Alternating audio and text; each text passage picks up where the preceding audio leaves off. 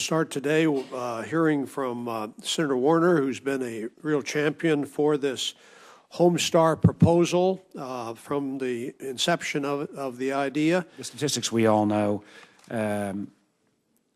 I think this is a wonderful area, not just in terms of short-term job creation, but long-term job creation as well. I was blessed to be involved in the wireless industry in the 80s and the telecommunications revolution in the 80s, and then the internet in the 90s. So I'm a telecom and IT guy, but when I get a chance to talk to business folks these days, if I'm talking to a business school, I would say the place to be in terms of job creation and wealth creation over the next 25 years, I think it's going to be the energy sector, more than any other sector globally.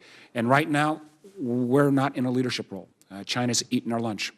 They may not be signing on to, although I guess they did sign on the other day to a variation on Copenhagen. They may not be signing on to all of the international accords, but they have made the policy choices not only around retrofit, but around nuclear, around solar, wind, carbon sequestration, and they have made the business choice that this is where they are investing their policy choices and resources, and I think at our own peril if we don't act quickly.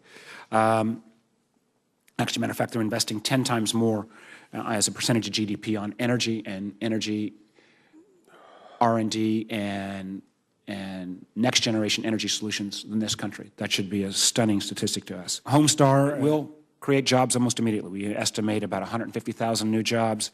I think we can retrofit about 3 million new homes. The construction industry, as we all know in our states, is probably the industry that has been most hard hit during this recession, 25% unemployment in the construction workforce.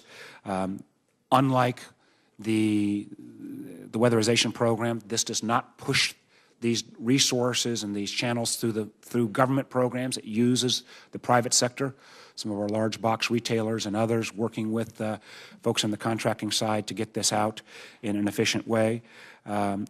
I think beyond the job creation fact, consumers will see long-term benefits as well. It's been estimated that over the next decade, if we put this program in place, it will actually save consumers about $9.5 billion off of their utility bills.